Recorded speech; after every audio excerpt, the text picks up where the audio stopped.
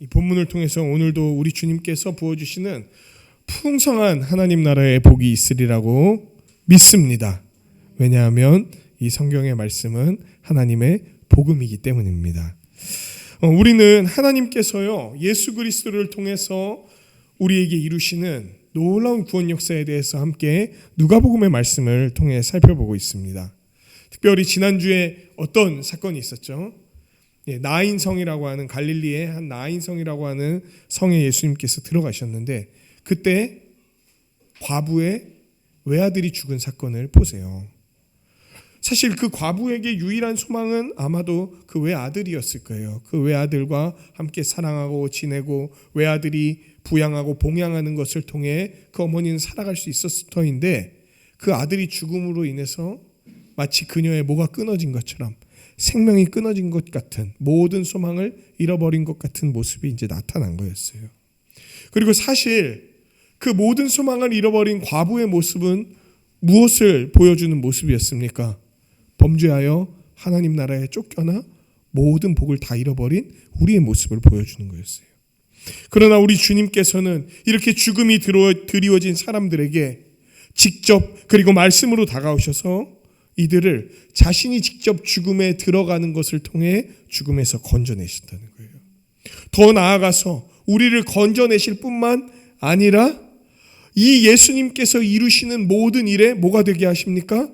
증인이 되게 하셔서 구원하시는 예수 그리스도의 사역을 전하고 선포하고 드러내는 자가 되게 하셨다라는 것을 우리가 지난주 말씀을 통해 봤어요.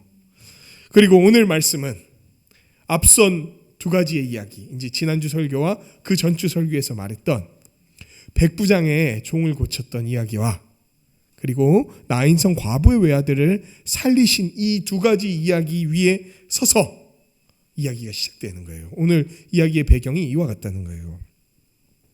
도대체 이런 일을 일으키신 예수님은 어떤 분이십니까?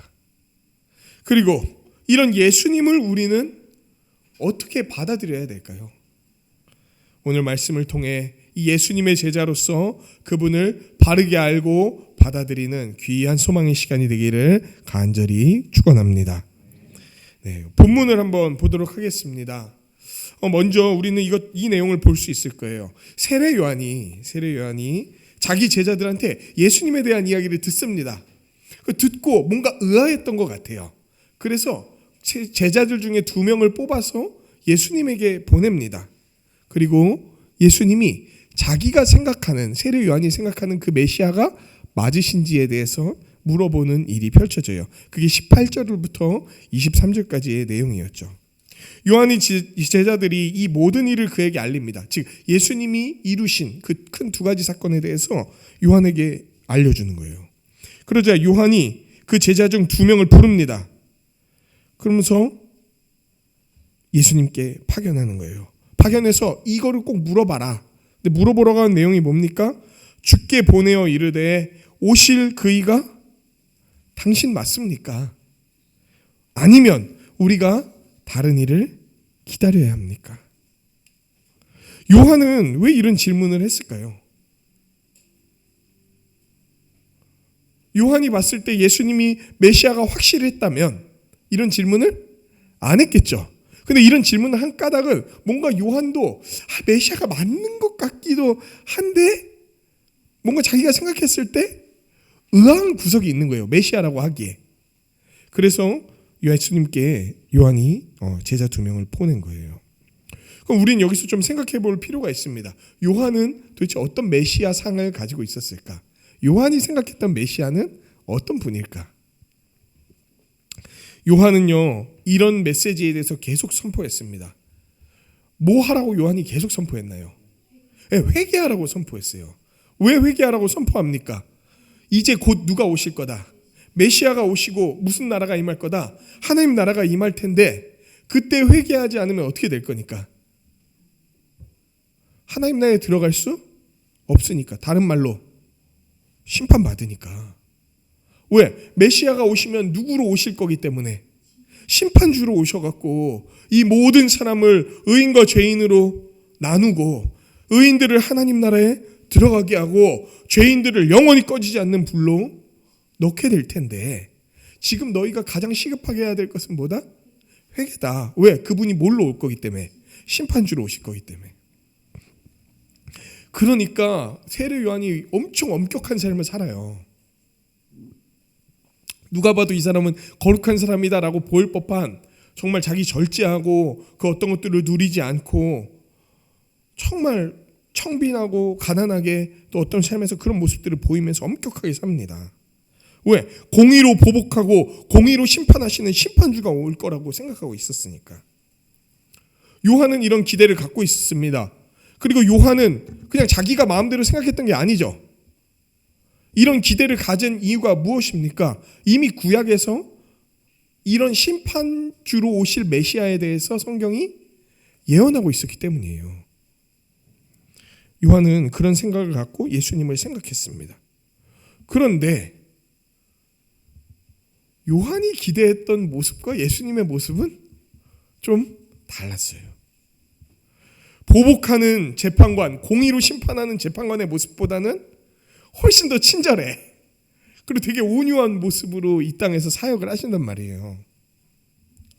특히 심판받아야 마땅할 그 하나님의 심판의 불로 완전히 태워져야 될 그 운명인, 쭉정이인 그 죄인들과 함께 식사를 해. 그들과 어울려. 거기에다 더 끔찍한 일, 요한이 생각했을 때 진짜 끔찍한 일이 뭐였을까요? 그 심판의 가장 앞열에서 하나님의 심판을 무참하게 받아야 될 바로 하나님의 백성의 대적자들인 이방인, 그리고 그 이방인 중에서 지금 이스라엘을 핍박하고 있는 로마인과 교류회. 우리가 아까 전전 사건에 대해서 얘기했었죠. 백부장의 종을 고친 사건. 백부장 로마인이었잖아요. 그러니까 나인성의 과부의 아들을 고친 사건은 이해가 되는 거예요. 하나님 백성을 돌보. 거기서도 말씀 사람들이 외치잖아요. 하나님께서 그 백성을 돌보셨다 막 이렇게 외치잖아요. 그런데 로마인의 종을 고친 거는 이해가 안 되는 거예요. 요한이 상상한 거룩한 자, 성결한 자, 죄인을 심판하러 오시는 심판주의 모습과 뭔가 다른 거예요. 이게 더 엄격한 모습을 기대했는 것 같은데 예수님이 그런 모습도 보이는 것 같기도 하면서 아닌 것 같긴 한 거예요. 그래서 요한은 자신의 제자 2명을 시켜서 예수님께 이 사실을 물어보라고 했습니다. 아니 요한이 직접 가면 되지 왜 제자를 시킵니까? 요한도 어느 한 일파의 대장 수장이기 때문에 예수님께 제자들을 보낸 걸까요? 아니요. 사실 요한은 누구보다 먼저 자기가 달려가서 물어보고 싶었을 거예요. 근데 제자를 보낸 이유가 뭐냐면요. 지금 이 사람 감옥에 있습니다. 세례 요한이 감옥에 간 이유를 아시나요? 세례 요한이 감옥에 간 이유는 당대에 이제 로마가 유대 땅을 다스릴 때요. 직접 총독을 둬서 다스렸던 어떤 장소가 있고요. 분봉왕이라 그래 갖고 그 주변의 어떤 민족이나 그 민족들을 다스릴 만한 사람을 대신 뽑아 갖고 뭐라 그럴까요? 그 괴뢰국이라 그러나요? 왕이 있는데 참된 주권을 행사 못해. 로마의 말을 듣는 어떤 왕을 대신 세워놓고 다스리게 한 그게 이제 분봉왕이라는 건데 그 분봉왕을 세워서 다스렸던 시기였습니다. 그리고 당시에 갈릴리 지역을 다스리던 분봉왕의 이름은 헤롯이었어요. 헤롯. 그런데 이 세례 요한이 뭘 하냐면 그 헤롯을 엄청 비판합니다. 헤롯이 자기 동생의 부인과 이루어지면 안 되는 사랑을 하고 부인으로 삼았어요. 자기 동생의 부인을 부인으로 삼았어. 그러니까 세례 요한이 막 그걸 무지하게 깝니다. 어떻게 한 나라의 왕이 그런 더럽고 추악한 짓을 할 수가 있냐? 네가 어떻게 이스라엘의 왕이라고 할 수가 있냐?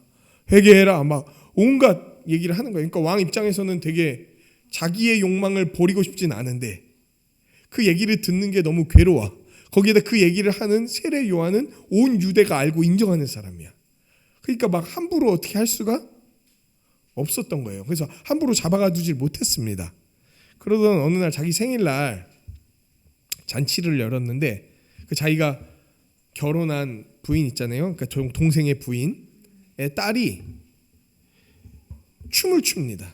근데 그 딸이 뭐 율동하고 이랬던 게 아니고 아주 매혹적인 춤을 췄던 것 같아요. 그걸 보고 헤롯이 막 칭찬을 하고 좋아하면서 얘기를 합니다. 누가복음에는 아직 안 나오죠. 뭔 얘기를 하냐면 네가 원하는 게 있다면 내가 그 소원을 다 이루어주겠다. 다 들어주겠다. 얘기합니다. 그러자 그 여자애 처녀가 한 말이 뭔지 아세요? 세례 요한 목을 주십시오. 이 얘기를 하는 거예요. 왜? 지금 헤롯 왕뿐만 아니라 자기 엄마도 비난받고 있으니까. 그래서 그 비난하는 세례 요한의 목을 주십시오. 헤롯이 덜컹했죠. 왜? 지금 자기도 안 그래도 죽이고 싶지만 너무 많은 사람들의 지지를 받고 있는 사람이기 때문에 함부로 죽일 수가 없는 거예요. 근데 왕이 약속을 했는데 이걸 말하니까 이제 지켜야 되는 거야.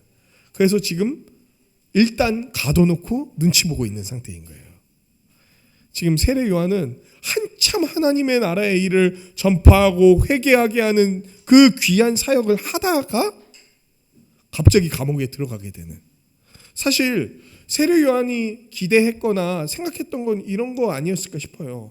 막 그렇게 회개를 전하고 돌이키게 하고 이럴 때에 사람들이 돌이키다가 보면 갑자기 누가 나타나서 메시아가 나타나서 자신을 거두시고 자기가 생각했던 메시아로서의 사역을 이루셔서 헤롯 물리치고 로마 물리치고 하나님의 나라를 그 다윗의 왕국을 굳건하게 세우는 그 일을 할 거라고 생각했을지도 모르겠어요. 그런데 지금 갇혀버린 거예요. 그런데 메시아인 줄 알았던 예수님은 또 자기랑 뭔가 다른 모습을 보이는, 그러니까 세례 요한 입장에서는 지금 굉장히 상황이 꼬여 있는 힘든 그런 상황에 놓여 있는 거예요. 그리고 기대했던 자가 자기 기대대로 행하지도 않는 이제 이런 일들이 있는 거예요. 그래서 제자들을 보낸 겁니다. 진짜 당신이 맞습니까? 오실 자 맞습니까? 아니면 우리가 당신 말고 다른 사람을 기다려야 됩니까? 그때 예수님이 말씀하세요. 제자들이 와서 물을 때 말씀하세요. 봐라. 지금 내가 어떤 일들을 하는지. 그때 요한의 제자들이 예수님께 갔을 때 예수님은 되게 바쁘신 상태였어요. 왜? 병든 자, 고통받는 자, 귀신 들린 자, 맹인들이 조금 왔다가 아니고 많이 와갖고 그들을 많이 고치셨다고 얘기합니다. 제가 그때 이 상황에 대해서 한번 상상해 보라고 하셨죠. 엄청 시끄러웠을 거라고요. 막 정신없다고. 뭐 또 귀신 들리면 그냥 가만히 옵니까? 소리 지르고 침 흘리고 막 자기 몸 막 째고 막 뜯고 막 이러면서 막 피딱지 않고 막 옆에 고름 막 흐르는 사람들 오고 뭐 그리고 모습조차도 막 정상이 아니니까 막 몸 끌고 오고 소리는 지르고 아프니까 비명은 들리고 귀신 들린 자도 같이 또 비명 들으면 소리 지르고 막 이런 뭐라 그럴까요? 불교 용어로 표현하자면 아비규환 같은 상황 속에서 예수님은 바쁘게 그 사역을 아마 하고 계셨을 거예요. 그때 요한의 제자들이 온 거예요. 그러자 예수님은 말씀하세요. 너희가 지금 보고 들은 것을 요한에게 전해라. 너희가 보고 들은 걸 요한에게 전해라. 어떤 거? 맹인이 보고 못 걷는 사람들이 걷고 그 고칠 수 없다고 하나님의 저주를 직격탄으로 맞았다고 생각하는 나병 환자가 깨끗해지고 귀먹은 자들이 듣고 죽은 자가 살아나고 가난한 자에게 복음이 전파되는 이 일에 대해서 얘기해라. 사실 이 일들 있잖아요. 지금 예수님이 얘기한 일들을 이미 예수님이 사역을 시작하실 때에 갈릴리의 나사렛의 한 회당에 들어가셔서 이사야서 61장의 말씀을 펼치시고 설교하셨던 내용이에요. 예수님이 이사야서 61장의 내용을 딱 펼치시고 이 내용을 쭉 읽은 다음에 덮으십니다. 그리고 뭐라고 하셨습니까? 누가복음 4장에서 뭐라고 하셨냐면 오늘 너희의 귀에 이 일이 응하였다 이렇게 얘기를 하시는 거예요. 지금 이 일이 이제 나로 말미암아 시작됐다. 이루기 시작했다. 그리고 요한의 제자들에게 다시 한번 말씀하시는 거예요. 봐라 지금 이사야 61장의 내용이 지금 너희가 보고 있는 일들이 그 일들 아니냐. 너희가 두 눈을 뜨고 두 귀로 듣는 그 일들이 지금 성경에서 이미 메시아가 왔을 때, 하나님 나라가 도래했을 때 일어나는 일들이 아니냐, 이걸 보여주시는 거예요. 성령이 임하셔서 이루어질 일들이 아니냐. 근데 여기서 조금 우리가 생각해 볼 만한 어떤 내용이 있습니다. 뭐냐면요, 우리 막 병자들이 낫고 죽은 자가 일어나고 막 이런 거는 엄청난 일들 아닙니까? 본 적 별로 없잖아요. 근데 맨 마지막에 그 메시아가 하는 일로 제시되는 것 중에 맨 마지막에 무슨 말이 있냐면, 죄송합니다. 무슨 말이 있냐면 복음을 전한다, 이런 내용이 나옵니다. 가난한 자에게 복음이 선포된다. 뭔가 화려한 기적들이 잔뜩 나오는데 마지막에 제시되는 게 복음을 전한다? 뭔가 좀 싱거운 느낌으로 마무리되는 것 같지 않습니까?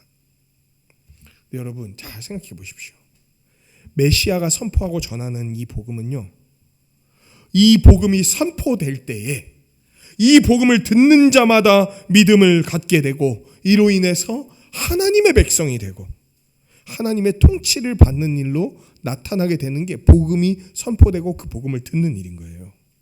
다른 말로 하나님 나라가, 그 다음 세상이 이 땅에 침투하는 방식, 이 땅에 들어오는 방식이 뭐냐면은 복음 선포인 거예요. 복음의 선포가 일어나자 어떤 일들이 변하게 됩니까? 삶과 죽음, 질병과 건강, 부와 가난에 대한 세상의 해석과 대응이 완전히 뒤집어지는 일들이 나타나게 되는 거예요. 삶과 죽음, 뭐가 복되다고 얘기합니까? 세상은 살아있는 게 복되고 죽는 게 나쁘다고 얘기하죠. 그런데 복음이 선포되니까 죽는 게 더 이상 두려운 게 아니게 되는 거예요. 오히려 어떤 면에서는 복된 게 되는 거예요.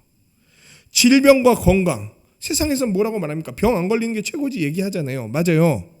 그런데 이제는 병에 걸리던 안 걸리던 복된 자로 살아갈 수 있게 되는 거예요. 병에 안 걸려도 하나님과 예수님을 모르면은 아주 병 걸린 자예요. 병에 걸렸어도 예수님과 하나님을 믿고 있다면 그 자는 복된 자인 거예요. 부와 가난도 세상은 어떻게 해석합니까? 부자는 복되고 가난한 자는 복 없다고 얘기하죠. 하지만 하나님 나라, 이 복음이 선포되고 나서부터는 그런 개념이 바뀌게 됩니다. 누가 복됩니까? 오히려 가난한 자가 복되다고 얘기하잖아요. 부한 자일지라도 가난해져야 된다고 얘기하잖아요. 오직 하나님밖에 없습니다라고 매달리는 자가 돼야 된다고 말하잖아요. 그러니까 세상의 해석이 완전히 뒤바뀌는, 세상이 거꾸로 되는 일들이 복음의 선포 가운데 나타나게 된다는 거예요. 그래서 메시아가 하는 일 중에 가장 마지막으로 적어놓은 게 복음의 선포인 겁니다. 그리고 이런 총체적인 복음을 통해서 메시아에 대한 이해를 갖게 될 때 성경의 어떤 특정 부분이 아닌 성경 전반을 통해서 하나님이 보내신 메시아, 곧 그리스도에 대한 이해를 갖게 될 때 복이 있다는 사실을 예수님은 말씀해 주고 있는 거예요.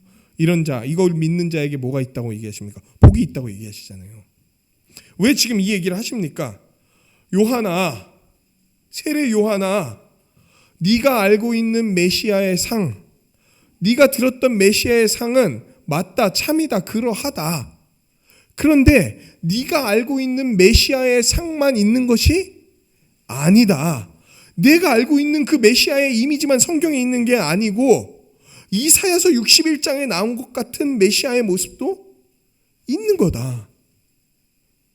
거기에다가 너는 메시아가 와서 심판하고 나서 하나님 나라를 베풀 것으로 이해하고 있었지만 메시아가 오면은 먼저 그 구원을 이루시기 시작하며 심판하실 것이다 라는 것을 균형 있게 알려주는 얘기를 지금 하고 계시는 거예요.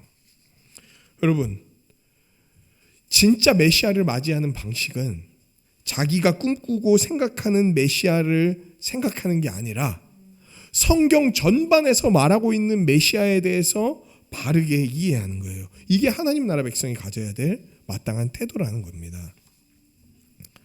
그리고 예수님은 세례 요한에 대해서 이제 무리들에게 얘기하기 시작하세요. 세례 요한의 제자들이 예수님의 이 대답을 듣고 세례 요한에게로 떠납니다. 그들이 떠나자 예수님은 무리들에게 세례 요한이 어떤 자인지에 대해서 얘기하십니다. 그게 24절부터 28절 말씀이죠. 얼마나 그 세례 요한이 큰 자인지 아냐. 얼마나 큰 자인지 아냐. 예수님이 말씀하세요. 너희가 나를 만나기 전에 이전에 그 이스라엘 백성, 온 이스라엘 백성이 광야에 갔던 이유가 뭐냐? 거기 가서 그냥 흔들리는 꽃들 속에서 갈대 뭐 이런 거 보려고 간 거냐? 아니면 거기에 그냥 광야 체험하러 간 거냐? 너희가 그 광야, 그 험난한 광야, 아무것도 없는 광야에 부드러운 옷 입고 화려한 옷을 입고 사치하는 자를 보러 간 거 아니지 않냐? 그런 사람들은 왕궁에 있잖아. 그럼 너네 광야에 뭐하러 간 거냐? 바로 세례 요한을 보러 갔던 거 아니냐? 그가 바로 선지자였기 때문에 간 거 아니냐? 너희가 광야에 간 이유가 뭐냐는 거예요. 그리고 왜 세례 요한 보러 갔냐고 물어보시는 거예요. 제가 지난번에 이제 설교할 때 왜 세례 요한이 광야에서 사역했는지에 대한 이야기를 좀 말씀드렸습니다. 광야는요, 지금 이스라엘 민족이 처한 모습과 같은 것을 보여주는 곳이었어요. 아무것도 없습니다. 생명이 없습니다. 도무지 살아갈 수 없는 장소, 그 광야. 그게 이스라엘 민족의 모습이자 모든 인류가 처한 모습 같은 거라고 말씀을 드렸어요. 그런데 요한은 그 광야에서 하나님 나라의 도래와 소망을 외치고 회개를 선포하는 선지자의 역할을 하고 있었던 거예요. 백성들은 그 이야기를 들으러 광야로 갔던 겁니다. 세례 요한을 만나러 갔던 거예요. 왜? 메시아의 오심을 드러내고 증언하는 그 선지자를 보러 가서 언제 메시아가 오시는지 고대하면서 그에게 나아갔던 거 아니냐.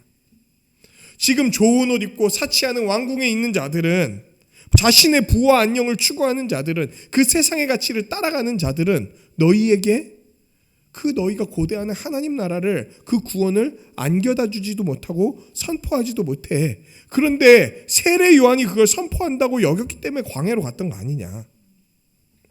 그리고 너희가 나아갔던 그 요한은 너희가 생각하는 사람보다도 훨씬 더 대단한 사람이다. 이제 이 얘기를 하고 계시는 거예요. 요한이 얼마나 대단한 줄 알아? 요한은 참된 선지자일 뿐만 아니라 선지자들보다도 훌륭한 사람이다. 이 얘기를 하고 있는 거예요. 여러분, 이게 감이 잘 안 오시죠? 선지자보다 훌륭하다. 당시에 참된 선지자를 이스라엘 민족이 어떻게 생각하고 있었는지를 안다면 선지자보다 더 훌륭하다라는 말은, 더 나은 자라는 말이 얼마나 극찬인지에 대해서 알게 될 거예요. 엘리야, 엘리사 이런 당대 최고의 선지자라고 불리는 사람들을 거의 메시아의 예표로 생각하면서 이들이 받아들이고 있었으니까. 와, 진짜 그런 선지자가 또다시 나타난다면 하나님 나라가 진짜 회복되겠구나. 이런 생각을 갖고 있었으니까. 그런데 그런 백성에게 예수님이 뭐라고 얘기하시냐면 세례 요한은 선지자보다 나은 자다 이 얘기하는 거예요. 그는 나, 곧 하나님의 사자, 내 말을 전하는 자, 메시아가 오기 전에 앞서 와서 메시아의 구원의 길을 예비할 그 하나님의 사자다. 이게 바로 세례 요한이야. 말라기 3장 1절의 말씀을 인용해서 세례 요한에 대해 설명합니다. 그러면서 진짜 최고의 극찬. 무슨 표현입니까? 여자가 낳은 자 중에서 가장 큰 자. 여러분, 이거보다 더 칭찬이 있을 수 있을까요? 여자가 낳은 자 중에 가장 큰 자래요. 여자가 낳지 않은 자가 있습니까 지금? 무슨 얘기입니까? 모든 인류 중에 탑이라는 거예요. 세례 요한이. 제일 온전하고 제일 하나님께 가까운 사람이라고 얘기하는 거예요. 감히 일반 사람들은 우러러도 볼 수도 없는 사람이라고 얘기하는 거예요. 그런데 예수님의 이야기는 거기서 멈추지 않습니다. 그런데 아주 놀라운 얘기를 하시죠. 무슨 얘기입니까? 이런 여자가 낳은 자 중에 가장 위대한 자인 세례 요한일지라도 하나님 나라의 백성에 비하면 그 하나님 나라 백성 중에 가장 작은 자보다도 작다 이 얘기를 하고 계시는 거예요. 그 위대하고 위대한 선지자인 선지자보다 더 나은 세례 요한일지라도 하나님 나라 백성에서 가장 작은 자보다는 더 작다는 거예요. 하나님 나라 백성 중에 가장 작은 자가 세례 요한보다 크다고 얘기를 하고 계시는 거예요. 와, 그럼 도대체 하나님 나라 백성은 누구야? 그 하나님 나라 백성은 도대체 어떤 자들인 거야? 누가 하나님 나라 백성입니까? 예수님이 그 앞전 사건들 그리고 설교부터 누가 하나님 나라의 백성임을 드러내셨습니까? 예수님을 따르는 자, 특별히 예수님이 직접 어떻게 한 자? 제자로 부른 자. 일부러 몇 명을 불렀습니까? 12명 불렀잖아요. 하나님의 백성의 숫자인 12로 택했잖아요. 그런데 우리 그분들의 출신 아시죠? 세례 요한같이 대단한 모습을 보여서 하나님 나라 백성 된 게 아닌 거 아시잖아요. 그 중에 막 세리도 있고 막 못 배운 어부도 있고 별거 아닌 사람들도 막 있잖아요. 그런데 하나님은 그들이 가장 위대한 세례 요한보다도 훨씬 더 나은 자라고 지금 얘기하고 계시는 거예요. 너희가 본 자 중에 가장 위대한 인간이 아마 세례 요한일 텐데, 예수님을 메시아로 인정하고 믿음으로 하나님 나라에 들어온 자, 예수님의 부르심 가운데 그분을 믿고 그분에게 나온 자라면 아무리 작은 자, 아무리 부족해 보이는 자, 아무리 연약해 보이는 자일지라도 세례 요한보다 큰 자다, 이 얘기를 하고 계시는 거예요. 그러니까 세례 요한 이야기를 한 거는 빌드업입니다. 세례 요한 얘기를 하려고 그랬던 게 아니에요. 세례 요한 얘기를 한 까닭은 누구 얘기를 하려고? 하나님의 백성, 곧 예수님의 제자가 얼마나 대단한 자들인지를 얘기하려고 그러신 거예요. 그러면서 이제 이야기를 또 이어가십니다. 29절에서 35절 말씀인데요. 세례 요한과 예수님을, 그리고 이 세례 요한과 예수님이 전하는 가르침을 어떻게 받아들이는가로 예수님의 제자, 하나님의 백성이 되냐 안 되냐로 하나님께 평가받을 거라는 거예요. 그분들을 어떻게 받아들이고 그분들의 말씀에 어떻게 반응하는가로 하나님 백성이 되냐 안 되냐가 결정될 거라는 얘기입니다. 모든 29절에 보면은 모든 백성들과 심지어 가장 죄인 중에 죄인이라고 여기는 세리들은요, 세례 요한을 하나님이 보내신 가장 위대한 선지자로, 그 500년간 끊어진 선지자의 계보를 잇는 자로 인정하면서 그에게 나아갑니다. 그리고 그가 베푸는 회개의 세례를 받습니다. 이건 무슨 얘기입니까? 자신들이 누구라는 걸 인정하는 거죠. 죄인이라는 걸 인정하는 거예요. 그리고 그 세례 요한이 증거하는 누구를 기다리고 있는 겁니까? 메시아 기다리고 있는 거예요. 그리고 이렇게 회개하며 간절한 마음으로, 가난한 마음으로 메시아를 기다리는 이 길이 하나님이 지금 하나님 나라를 주시기 위한 약속을 지키시는 의로운 길로 자신들을 이끌고 계심을 알고 따라가고 있는 중이었단 말이에요. 그런데 또 다른 사람들이 나옵니다. 바로 바리새인과 율법 교사들인 거예요. 이 사람들은 어떻습니까? 세례 요한과 예수님을 어떻게 받아들입니까? 그분의 말씀에 어떻게 반응합니까? 안 받아들여요. 첫 번째, 일단 자기가 누구라고 인정을 안 합니까? 죄인이라고 인정을 안 해요. 아니, 사실은요, 그 사람들한테 물어보면 그 사람들 뭐라 그러는지 아세요? 저희 죄인 맞습니다, 이렇게 얘기할 거예요. 그런데 그 마음속에서는 어떤 생각이 있는 줄 아세요? 맞아요, 하나님, 제가 죄인이긴 한데요, 저 사람들보다는 훨씬 나은 죄인이에요. 그러니까 실제로 죄인이라는 말을 그 입에 두지만 스스로를 진짜 죄인이라고 생각하지 않는 거예요. 자꾸 상대적으로 내가 저 사람보다는 낫지요, 내가 저들보다는 더 괜찮지요 라고 생각하면서 자기 자신에 대해서 정당하다고 여기고 회개하기를 멈추고, 실제로는 회개하기를 멈추고, 자기의 몇 가지 나은 점들을, 다른 사람보다 좀 나아 보이는 점들을 통해서 자기 괜찮다라고 말하는 사람들인 거예요. 그러니까 하나님이 보내는 메시아도 인정 안 합니다. 하나님이 보내시는 그 메시아를 준비하는 세례 요한도 인정을 안 해요. 그건 뭡니까? 결국 하나님이 베풀려고 하시는 구원도 부정해버리는 게 되는 거예요. 그리고 예수님은 말씀하십니다.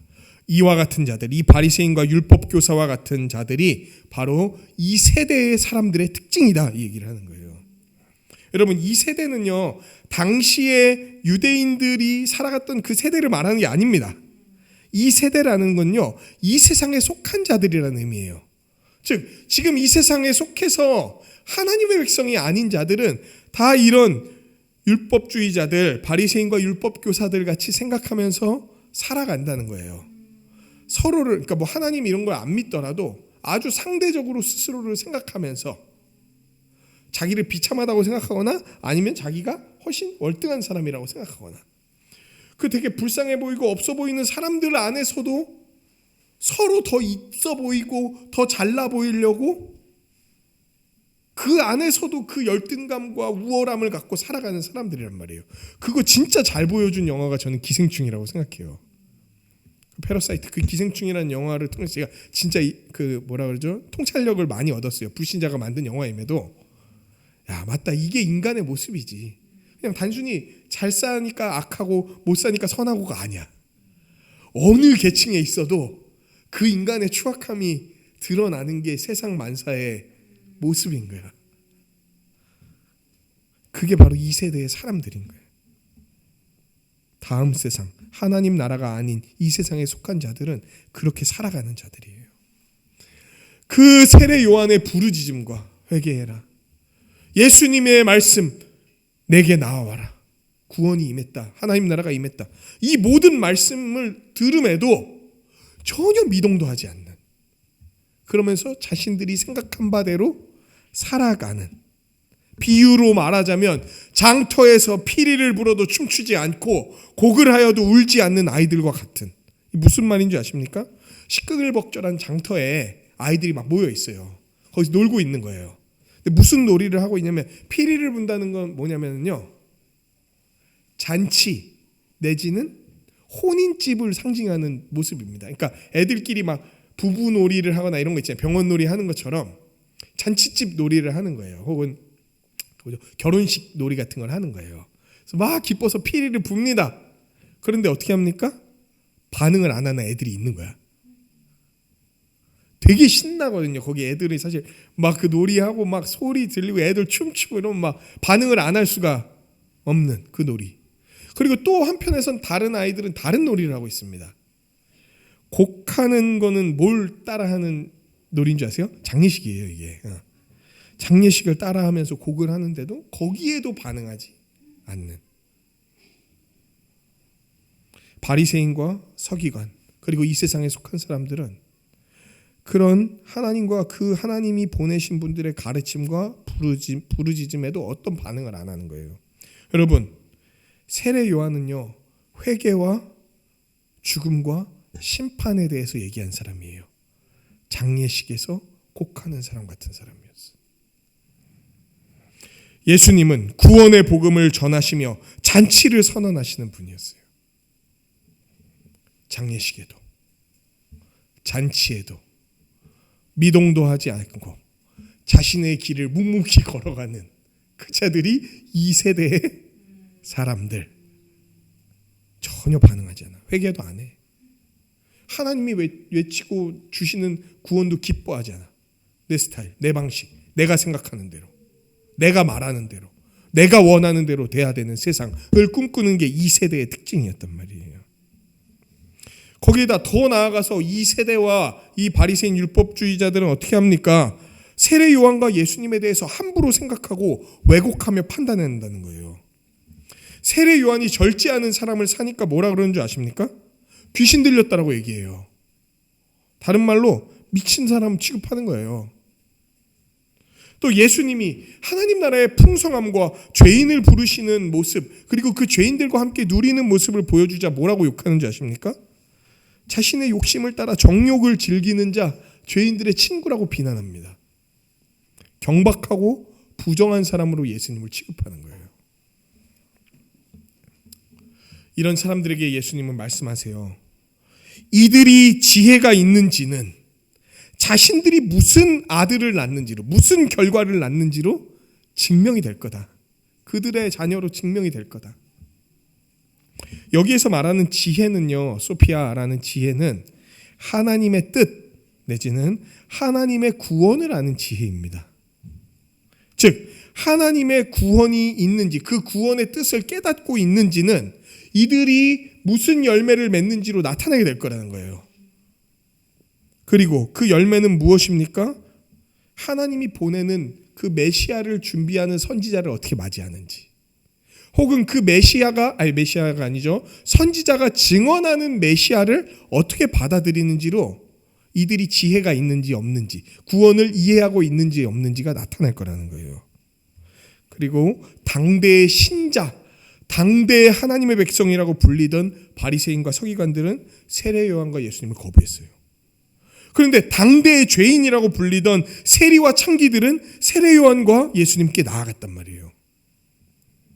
이 참 아이러니한 일들이 벌어지는 거죠. 묵상과 적용. 오늘 말씀 전체는 이에 대한 이야기입니다. 예수님의 제자, 곧 하나님 나라의 백성은 예수님을 바르게 이해하고 그 말씀에 바르게 반응하는 자다, 이 얘기를 하고 있는 거예요. 그래서 우리는 이 말씀에 서서 크게 한 3가지 정도의 적용을 해볼 수 있을 것 같습니다. 먼저 이런 겁니다. 우리는 우리의 믿음의 대상이신 그 예수님에 대해서 어떻게 생각을 하고 있습니까? 혹시 성경이 아닌 우리의 어떤 생각으로 예수님을 이해하고 있는 게 있진 않나요? 혹은 성경의 어떤 단편적인 모습만 갖고 예수님을 내가 다 안다라고 생각하거나 그런 것 갖고 예수님을 기대하거나, 혹은 내 기대에 예수님이 어긋날 때 실망하고 그분을 함부로 생각하고 함부로 대하지는 않았나요?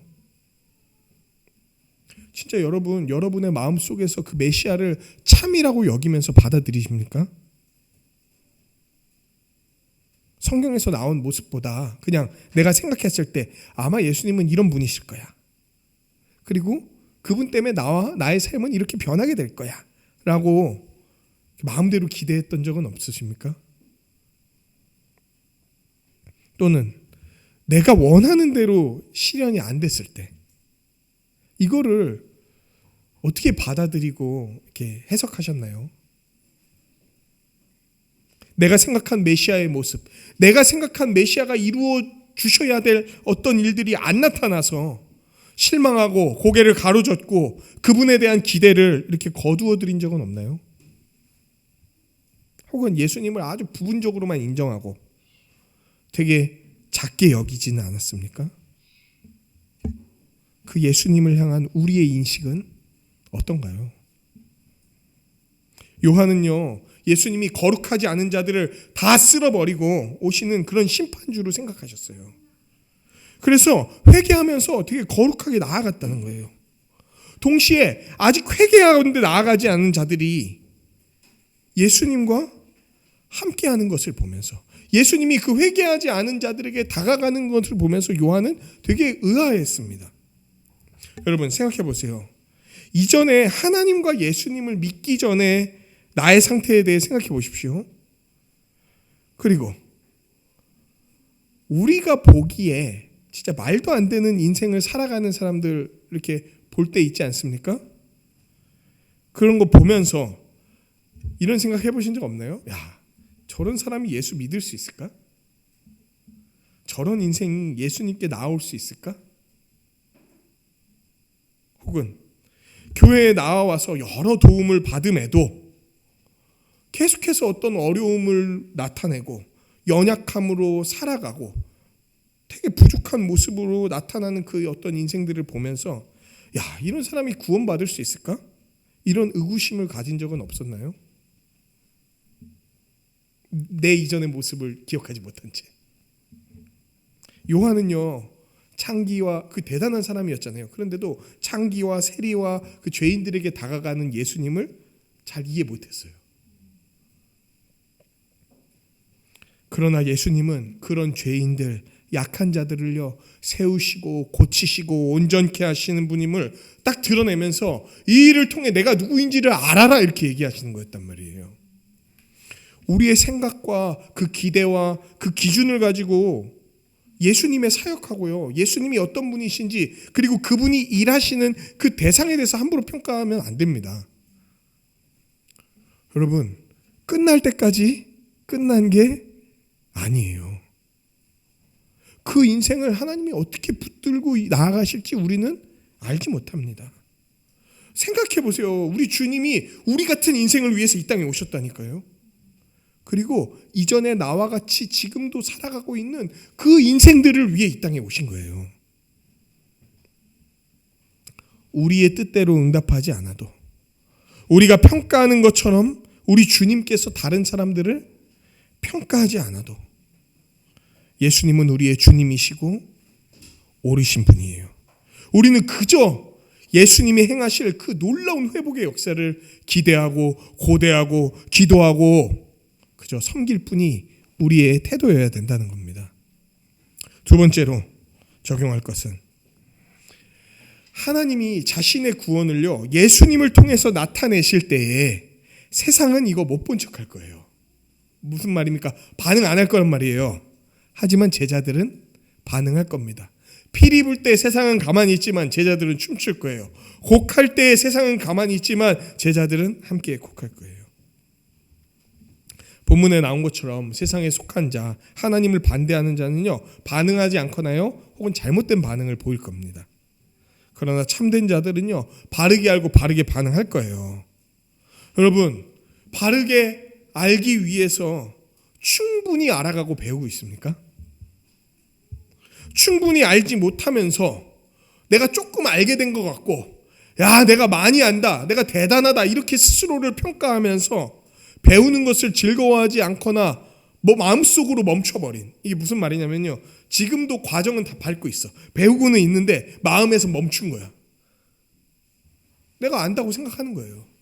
그리고 지금 배우는 건 내가 충분히 알고 있는 거에 좀 양념을 친다, 이렇게 생각하면서 대충 거기에 마음을 크게 주지 않고 대충 배우는 거 있잖아요. 그거는 이미 마음속에서 배움을 멈춘 겁니다. 혹시 그런 모습이 우리의 모습 가운데 나타나진 않나요? 바리새인과 서기관처럼, 세례 요한처럼 메시아에 대한 그 일부분의 생각을 마치 전부인 것처럼 생각하면서 살아가고 있지는 않습니까? 우리는 예수님에 대해서 더 알아야 됩니다. 알아가면 알아갈수록, 알게 된 내용을 신뢰하면 할수록 예수님에 대해 바르게 받아들이고 반응할 수 있게 되는 거예요.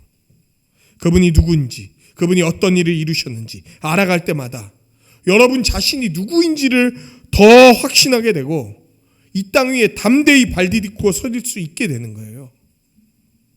우리의 삶과 그 삶에 일어나는 수많은 일들에 대해서 예수님에 대해 알아가면 알아갈수록 우리 삶에 대해 바르게 해석할 수 있게 되는 거예요. 잘못된 생각으로 우리의 삶을 바라보지 않고, 패배적인 생각으로 우리의 삶을 바라보지 않고, 낙담하는 관점으로 우리의 삶을 바라보지 않고, 부정적인 생각으로 우리의 삶을 바라보지 않으며 주님 주시는 복음 안에서 우리의 삶을 바르게 바라보고 해석하고 힘있게 나아갈 수 있게 된단 말이에요. 예수님에 대해 알아가면 알아갈수록. 그리고 그렇게 참되게 믿고 신뢰할수록 우리 예수님께서 말씀하시는, 주시는 그 복을 누리게 되는 겁니다. 우리가 누군지를 분명히 알고 삶에 대해 바르게 해석할 수 있다면 더 이상 두려움이 아니라 평강과 기대로 우리는 삶을 살아갈 수 있을 테니까. 마지막 적용입니다. 성경의 증언대로 예수님을 바르게 알고 거기에 반응하는 그 예수님의 제자, 하나님의 백성은요, 너무나 큰 영광과 복을 받은 사람들인 거예요. 오늘 말씀에서 세례 요한이 얼마나 위대한 자인지 철저하게 그려냈죠. 세례 요한은요, 메시아를 드러내는 자예요. 메시아의 오심을 준비하는 자예요. 메시아를 맞이할 그 백성의 모습의 표본인 자예요. 하나님이 보내신 그 어떤 선지자들보다도 가장 큰 자예요. 여자가 낳은 자 중에 가장 큰 자라고. 그런데 예수님은 하나님의 백성 중에 가장 작은 자일지라도 세례 요한보다 큰 자다라고 얘기를 하고 계시는 겁니다. 생각과 행동과 말에 있어 존경을 받아 마땅한 자, 하나님의 뜻대로 살기 위해 애쓰는 가장 큰 자였던 세례 요한보다도 하나님의 백성이 더 크다, 이 얘기를 하고 계시는 거예요. 하나님의 백성, 하나님 나라의 백성이 누굽니까 도대체? 누가 하나님 나라에 속한 자입니까? 바로 우리 주 예수 그리스도를 참되게 믿고 따르는 예수님의 제자가 하나님 나라의 백성이잖아요. 그런데 그 자들이 여자가 낳은 자 중에 가장 큰 자인 세례요한보다 더 큰 자래요. 여러분이 더 큰 자래요. 여러분이 더 온전하고 위대한 자래요. 성경이 그 얘기를 하고 있는 거예요. 얼마나 복된 소식입니까? 여러분 스스로를 보세요. 부족한 거 투성이 아니에요? 연약한 거 투성이 아니에요? 여전히 오늘도 어떤 면에서는 죄를 짓기도 하고 생각이 되게 짧기도 하고 말하는 바대로 우리의 삶을 신실하게 지켜나가지 못할 때도 많고 참 다른 사람 지적하면서 우리 지적받을 거 되게 많은, 맨날 자꾸 내 눈에 들보를 자꾸 티끌로 바꾸려고 하고 때로는 그리고 너무 형편없어 보일 때가 있잖아요. 그런 이 죄인을요, 예수님 안에 두사 세례 요한보다 큰 자다라고 얘기하시는 거예요. 이 형편없는 죄인들을 위해서 자기 아들을 보내주시고 그 아들이신 예수님께서 그 형편없는 삶에 마땅한 그 형벌들을 그분이 다 대신 받으심으로 건져내시는 거예요. 십자가에서 우리에게 요구되는 그 모든 율법의 요구를 예수님이 다 지키셔서 십자가에서 그 어떤 위대한 구약의 백성들도 이루지 못한 업적. 여러분, 구약에서 여러분이 생각하는 위대한 사람들 누굽니까? 아브라함, 다윗, 모세, 엘리야, 엘리사, 또 막 있잖아요. 그런 위대한 사람들도 이루지 못한 업적이 있는데 그게 뭔지 아세요? 모든 율법을 항상 지키는 거예요. 그런데 예수님이 십자가에서 그 위대한 업적을 다 이루신 다음에 우리에게 주셨어요. 그 업적들, 예수님이 이루신 죄사함과 의로움의 업적을 주시기 위해서요, 하나님이 이전부터 약속하셨던 성령을 우리에게 보내사 예수님을 알게 하시고 예수님 믿게 하시고 예수님과 연합하게 하셔서 새롭게 해주신 거예요. 거듭나게 하셨어요. 우리의 옛사람을 죽이셨다고, 새로운 자로 다시 태어나게 하셨다고. 여러분은 믿음으로 말미암아 성령으로 태어났기 때문에 여자 중에 태어난 자보다 더 큰 자가 된 거예요. 성령으로 거듭났기 때문에, 성령으로 다시 태어났기 때문에, 성령으로 새로운 피조물이 되었기 때문에 여자 중에 태어난 자 중에 가장 큰 자보다도 더 큰 자가 된 거예요. 여러분의 어떤 모습들 때문에 큰 자가 된 게 아니라 예수님 때문에 큰 자가 된 거예요. 진짜 모지리 같은 이 인생, 제가 좋아하는 단어 중에 하나인데, 그 모지리 같은 그 인생도 예수 그리스도 만나면, 그분 믿게 되면, 성령님을 받게 되면, 성령 세례 받게 되면 이 세상 그 누구도 부러울 것이 없는 자가 되는 거예요. 할렐루야. 이거 지금 할렐루야라고 제가 외치지가 않을 수가 없습니다. 이 놀라운 일을 이루신 하나님을 찬양합니다. 그리고 이렇게 큰 자인 우리가요, 구약 백성보다 더 큰 자잖아요. 그럼 우리가 어떤 복을 누리는지 한번 같이 살펴보면 좋을 것 같아요. 우리가 어떤 면에서 그 위대한 구약 백성보다도 더 낫습니까? 우리가 뭐 때문에 모세보다도 더 나은 자입니까? 뭐 때문에 다윗보다 더 위대한 자냔 말이에요. 그들이 보지 못하는 걸 우리는 보기 때문에 그래요. 그들은요, 메시아를요 못 봤습니다. 그 위대한 기적들을 봤잖아요. 그 사람들 막 홍해 갈라지는 것도 봤죠. 또 뭐 불기둥도 봤죠. 막 골리앗 쓰러지는 것도 봤죠. 다 봤어요. 근데 그들은 못 봤어요. 뭘? 메시아를. 그들은 만나기를 원했어요. 그들은 함께하기를 원했어요. 예수님과 함께하면서, 그 메시아와 함께하면서 더 알아가기를 원했어요. 그런데 구약 백성들은요, 메시아를 보지 못했거나 세례 요한 같은 사람도 먼 발치에 있으면서 함께하지 못했어요. 그런데 우리는요, 그분을 봅니다. 그리고 그분과 함께합니다. 거기에다 그분이 우리를 떠나지 않으시는 거예요. 구약 백성은 늘 희미해. 왜? 자꾸 예표만 보니까. 제사나 이런 것들은 다 예표잖아요. 그분이 어떤 분이실지를 보여주는 거지 그분 자신은 아니었잖아요. 그러니까 늘 그걸 보면서도 어떤 분이겠구나 생각을 하지만 마치 얼굴에 수건이 씌어진 것처럼 제대로 못 보는 거예요. 늘 뭔가 투명하지가 않아. 뭔가는 있는데.